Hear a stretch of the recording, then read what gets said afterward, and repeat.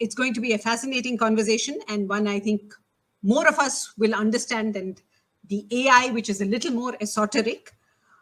We have with us Eswar Prasad, who is the author of The Future of Money, How the Digital Revolution is Transforming Currencies and Finance. And to talk to him is Shankar P, editor, Knowledge at Wharton, and former resident editor at the Times. Shankar writes research-based business articles and is leading business thought.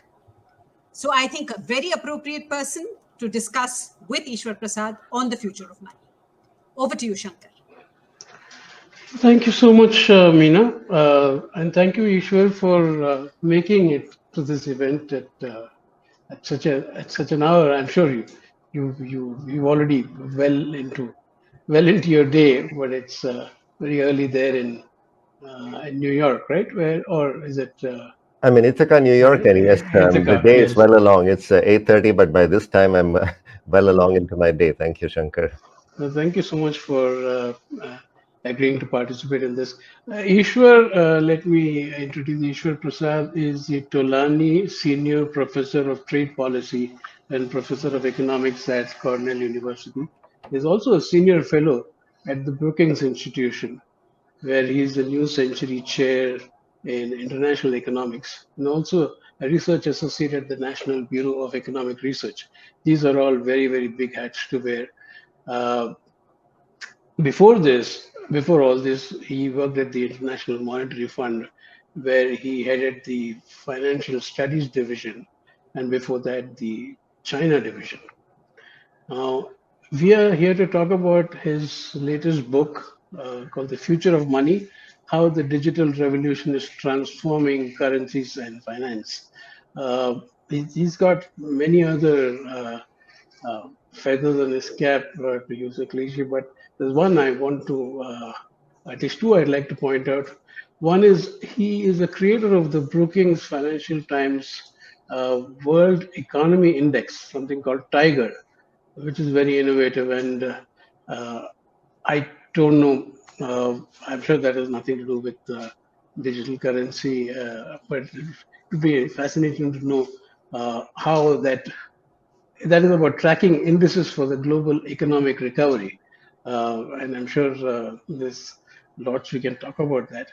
And he also has written for all those publications that we all, we covered, like Financial Times, Foreign Policy, Harvard Business Review, New York Times, Wall Street Journal, Washington Post. So thanks so much, Ishwar, for making it here. Now, in his book, a very fascinating book, which I've been reading for the last 2 weeks or so, he talks about the evolution of money right from almost the beginning, and from the time people used conch shells and cattle as currency, and then he takes you all the way up to tomorrow and beyond, where digital currency will become mainstream. He talks about what it means for central banks, what it means for international money and the banking system. And he also talks about what it means for, of course, ordinary consumers. And more important than anything else is, in all these new technologies, he says, come with their share of risks. It's a double-edged sword, or there are risks that we have to address. And yeah, we'll learn more about all that. So my first question to you, Ishwar, is, and feel free to take it in whichever direction you would like to take this. For all those people who are uninitiated when it comes to digital currency, what are some of the biggest advantages or the benefits of digital currency for banks, for the common man, for central banks, and for the global financial system? So first of all, Shankar, thank you very much for having me on and for that very kind introduction. You did very good justice to my book and summarized the main messages very nicely. When one thinks about digital money, it's worth thinking about the different forms of digital money. In countries like China and India too, the use of cash has plummeted because we now use digital payments to conduct day-to-day transactions. And of course, a lot of transactions through the banking system were already digital. But it's the fact that basic retail transactions, including microtransactions, can be conducted through these digital forms of payment that I think is beginning to change things on the ground. Now, when one thinks about digital money, there are other forms that have, of course, started coming into the debate more recently.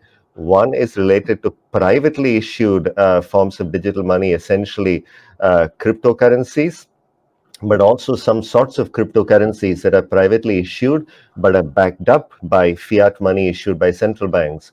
And then there is the notion of central banks themselves issuing digital forms of what they now issue as paper currency. So there is a plethora of forms that digital money can take. And there are certain advantages to having things being digital. We've already seen many of the benefits for consumers who don't have to lug around cash, who don't have to worry about loss or theft of cash. And the same holds true for small businesses who don't have to deal with making change, who don't have to deal with the many hassles of accounting for cash and so on. From the government's point of view, there are some advantages as well. You limit the use of money, especially central bank money, for illicit purposes, for drug trafficking, money laundering, and nefarious activities of that sort. And you pull a lot of economic activity out of the shadows.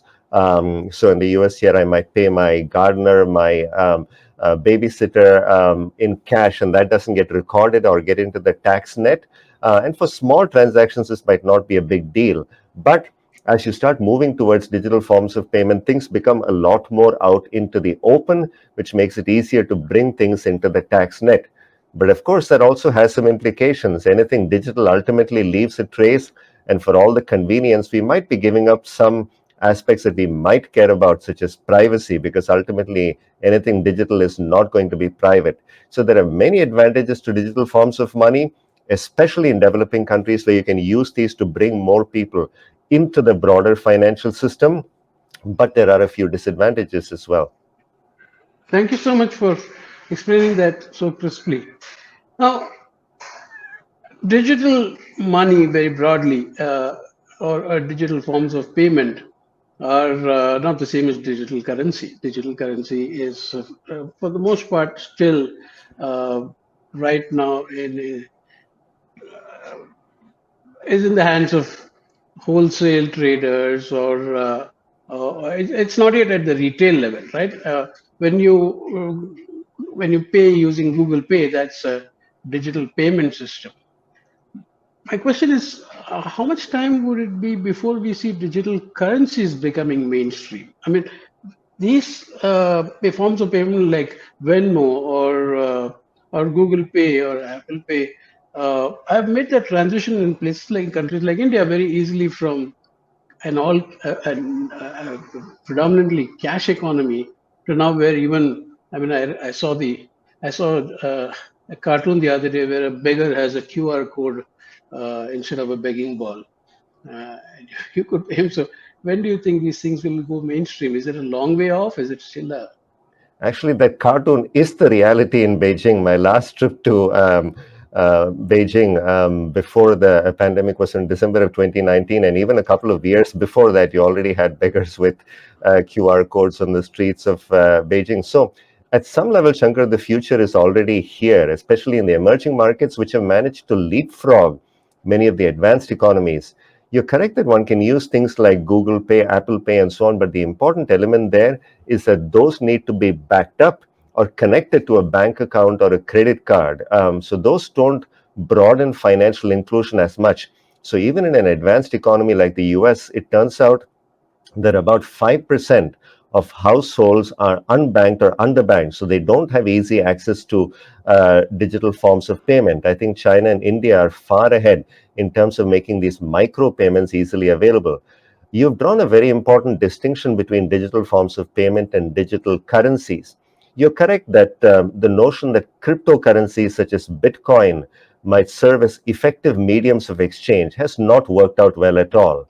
Now, The technology underlying Bitcoin is quite remarkable. The fact that you can actually undertake a transaction without even revealing your actual identity, just using your digital identity, and to be able to consummate a transaction without using a trusted intermediary such as a commercial bank or credit card company or using central bank money, that sounds fantastical and implausible, but Bitcoin figured out a way to make it work. The problem is that Bitcoin doesn't work very well at what it was supposed to do, which is serve as a medium of exchange, because it turns out to be relatively expensive to use. It's very slow in terms of processing time. And the base layer of Bitcoin, it turns out, cannot handle a large volume of transactions. And then the biggest problem of all, of course, is that Bitcoin is very unstable value. So if you go into your coffee shop one day and you can get a cup of coffee, and another day get a cup of coffee and half a dozen samosas, that's not a really functional medium of exchange if you have that much volatility. Now, the need for better forms of payment, both domestic and international, is a very real need that is being met by some of these private payment providers in countries like India and China.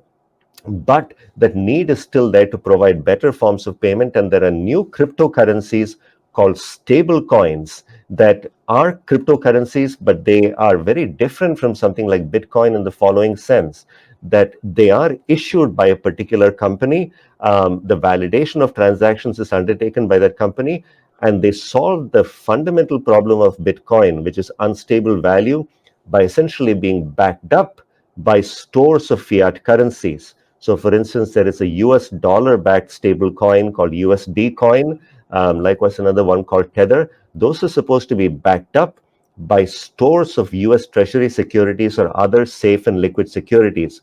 So, every unit of USD coin is backed up by this liquid security, and that gives it stable value and allows that digital currency to start working as a more efficient form of payment. And it is beginning to get some traction.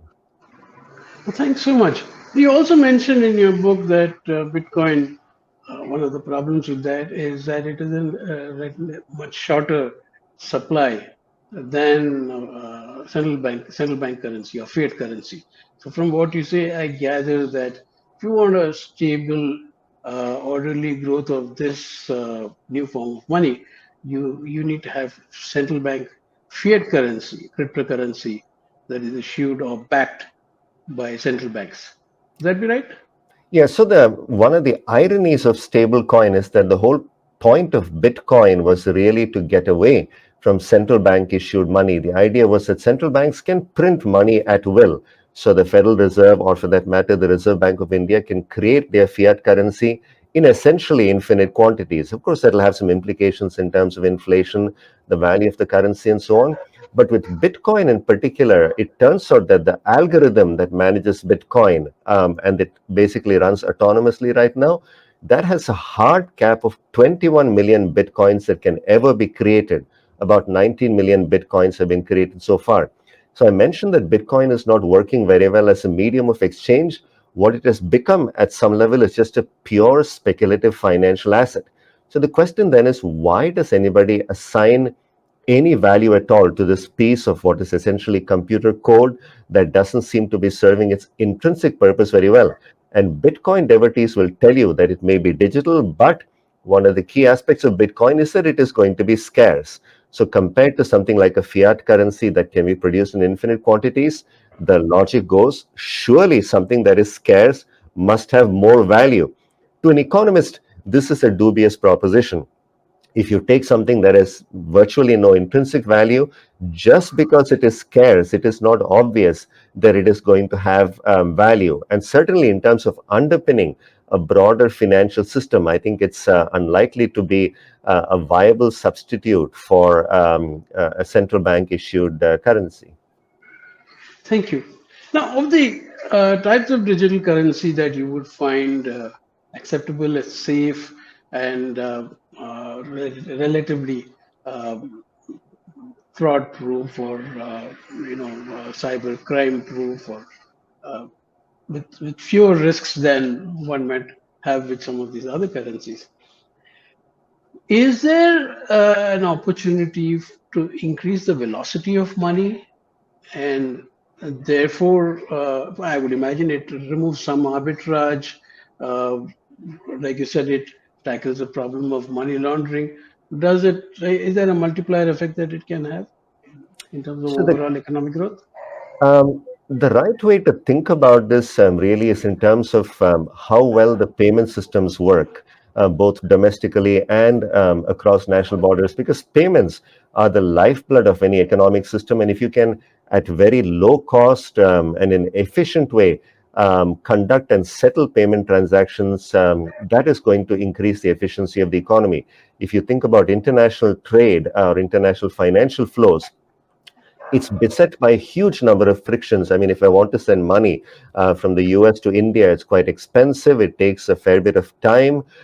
It's not easy to track in real time. So these new payment technologies are reducing those frictions as well.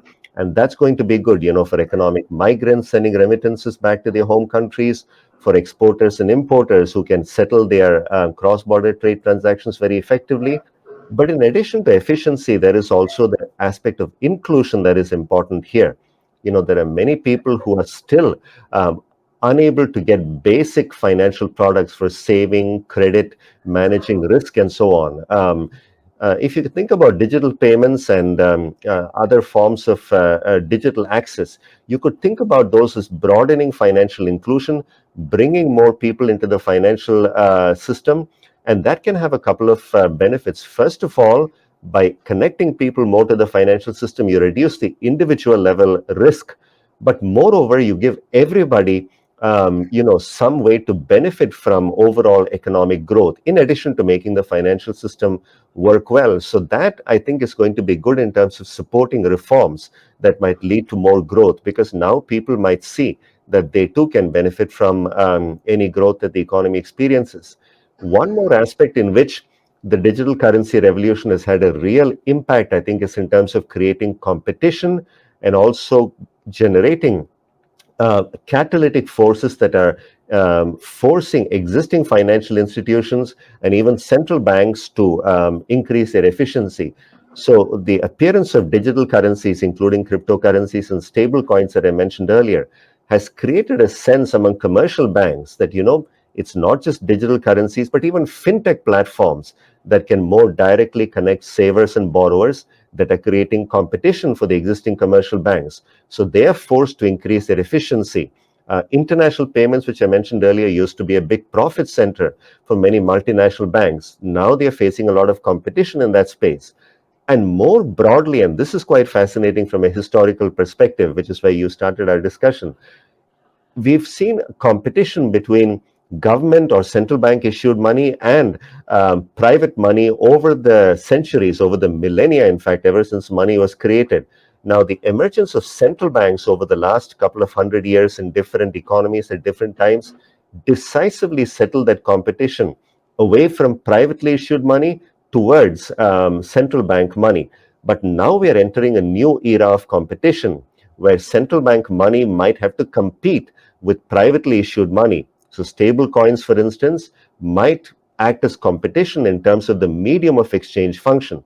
So, it's forcing central banks also to think about what forms of money they should think about, because the reality is that currency, that is physical cash, is not going to be viable anymore in most economies over the next few years. Hmm. Thanks so much. Now, in India, the Reserve Bank of India has already announced that sometime this year they're going to introduce their own cryptocurrency, and but it will have limitations. It would be available only for use in wholesale and some retail activities, but not. It won't be mainstream as yet.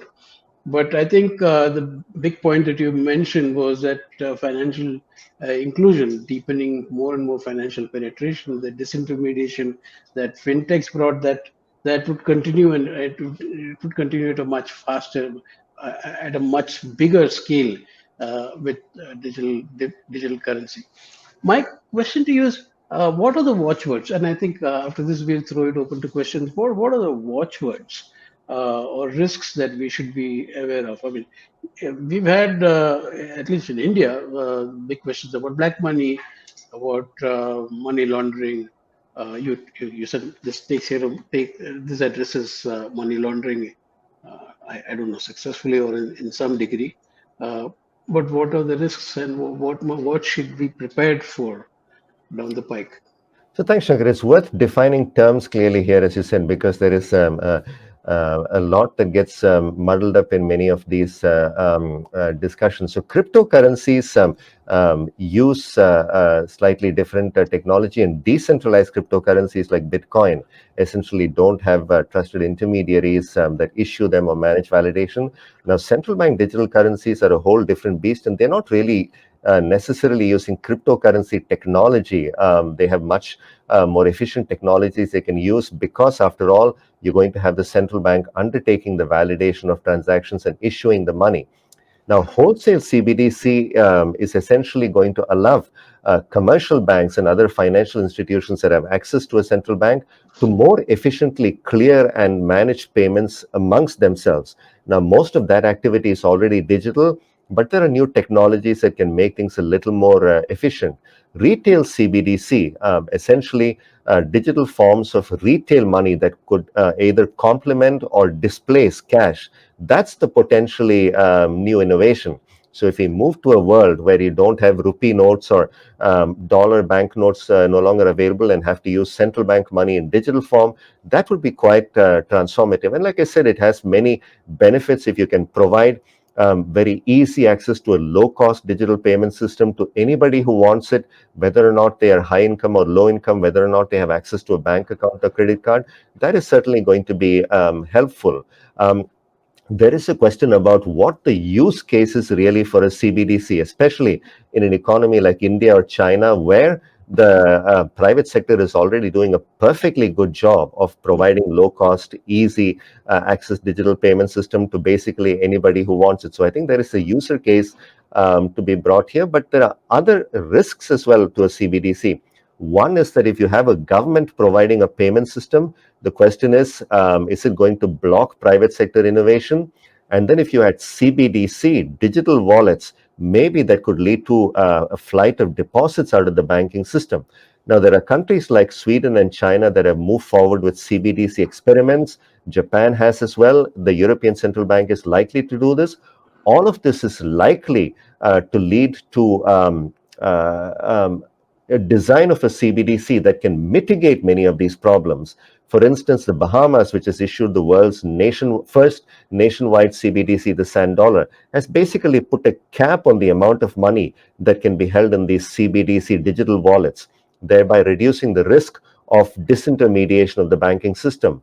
In the US, there is discussion about whether to proceed with the digital dollar, but lots of concerns again about what this could mean for the financial system. But the reality that every central bank faces is that if it wants its money to remain relevant at the retail level, it's going to have to start issuing that currency in digital form. So I think we are definitely moving to a world where private digital monies and perhaps also CBDCs, which I think are inevitable in the next 5 to 10 years, will soon start displacing physical currency, which I don't think has much longer to last.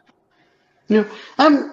If you're running out of time, I want to talk about what you say in the last paragraph of your book. Let me find that. I think you talk about how uh,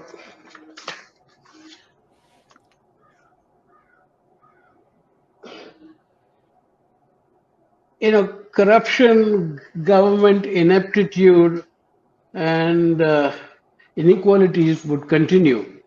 Uh, but technology, after all, is no match for human nature. I mean, that's very ominous. Uh, you have to find ways to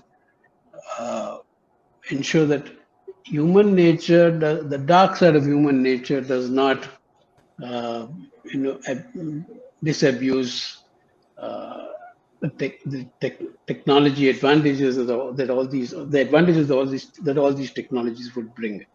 Is there some way to guard against that? Yeah, there is a nice link to the discussion by the previous author. I think technology can be very helpful. I think the cryptocurrency related technologies do give us the promise of democratizing finance. So I spoke about how Bitcoin is not a great medium of exchange, it's turned into a speculative store of value. But the blockchain technology, which I think is the real legacy of Bitcoin, does provide the potential for providing access to basic financial products and services at scale, at very low cost, in an efficient way. And by increasing the ability of new entrants to compete with existing incumbents, I think you can get a lot more efficiency in the financial system. But what we have seen so far, unfortunately, is not the democratization of finance, but a lot more accretion of economic power. In fact, with the price of Bitcoin falling quite precipitously over the last year or so, what happened is that many unsophisticated retail investors who were taken in by the razzle dazzle of the new technology bought into these investments, some of them putting their life savings into it without fully understanding the technology or the risks. Whereas many of the benefits from this new technologies are really accruing to those who are undertaking essentially financial engineering on the blockchain, creating new products and services. And this is in a sense leading to even more inequality. So technology by itself, while it does have the promise of creating greater access to financial products and services, might lead us to a much darker place where you have much more market concentration, concentration of market power, but also concentration of economic power, because a lot of the benefits might accrue to those who are already in a position to be able to withstand the risks and can tolerate them and can garner many of the benefits, while many of the risks fall on those who are least able to tolerate them and are unable to understand them. The other problem, of course, is that technology might lead us to a much darker place where the governments, perhaps through their central banks or more directly, and also big corporations, when they start issuing their own digital currencies, can become even more intrusive into our economic, social, and even personal lives. So I worry a little bit that we might be leading to a world where all this technology, despite its promise, if not kept within certain guardrails, could lead to much more concentration of economic and social power. Thank you, Ishwar. That was, I'm sure we can keep on talking about all the pros and cons of this, but I think we'll have to stop here. But if we have time, Bina, for a couple of questions, or at least one question. Yeah, Uh, maybe just one question, Kirti. yeah, there's one, Ganesh has two questions at least, but uh, this one, is my video on? I got a message saying switch your video on. I think my video is on. Anyway, No, so no, Ganesh says when you write a book like this, where you're dealing with complex subjects, complex topics, technical topics, what are the challenges you face in rendering them in an easily understandable way? And Ganesh, I can tell you, Ishwar has done that. It's extremely readable. You don't have to reread even one sentence. You can, it just goes in so smoothly. It's almost like a novel, I would say. You know, there's so much. It's racy. You know, it's very interesting. Thank So, you for but the still, endorsement, Shankar, and thank you, Ganesh, for the question. This book was a challenge to write because, my two previous books on the dollar and the renminbi had done a lot of research and could synthesize that research. But again, we economists are trained to talk to each other in a jargony way, so explaining things in simple language is quite a challenge. And the trick, of course, is to manage simplifying things without oversimplifying them. And luckily for me, I have a lot of very good critics, especially undergraduate students at Cornell. So it was a big challenge, in fact, to figure out how to put this material together. And of course, to explain things clearly, you have to understand them even better than in other cases. So it forced me to think very hard about each of these concepts, and it made it a real challenge, which as an academic is really fun. And like I said, I had a whole bunch of Cornell undergraduates go through every chapter, and they were very good and harsh critics of things that were too jargony or that were unclear. So thanks to them, the book is what it is. thank you. So, Meena, we have run out of time, I gather. Yes, sadly, yes, Or this conversation okay, could go on, but we have the next panel waiting. okay. But So I Shankar, don't want you to have hold them up. really kind of whetted our appetites by saying that this book is almost like a novel. And even a person a little scared of finance and economics like me is now tempted to pick it up. So thank you, Ishwar, and thank you, Shankar. Such a wonderful Yeah, no, conversation. I actually did not. I should have mentioned that He's written these two other very interesting books that he thanks for mentioning that. I should have mentioned that in the introduction. But thanks so much, Ishwar, for making time for this. And please stay in touch, and hopefully we'll have more interesting books coming from you that we could feature in future And more lectures. conversations at the Bangalore BizLit Fest. Thank you, Ishwar. Thank you, Thank you, Shankar. Shankar. Thank That you. was a fun Thank you. conversation. Thank you very much, Meena. Thank you. Have a good day. Thank you. Thank you, Meena. Thank you.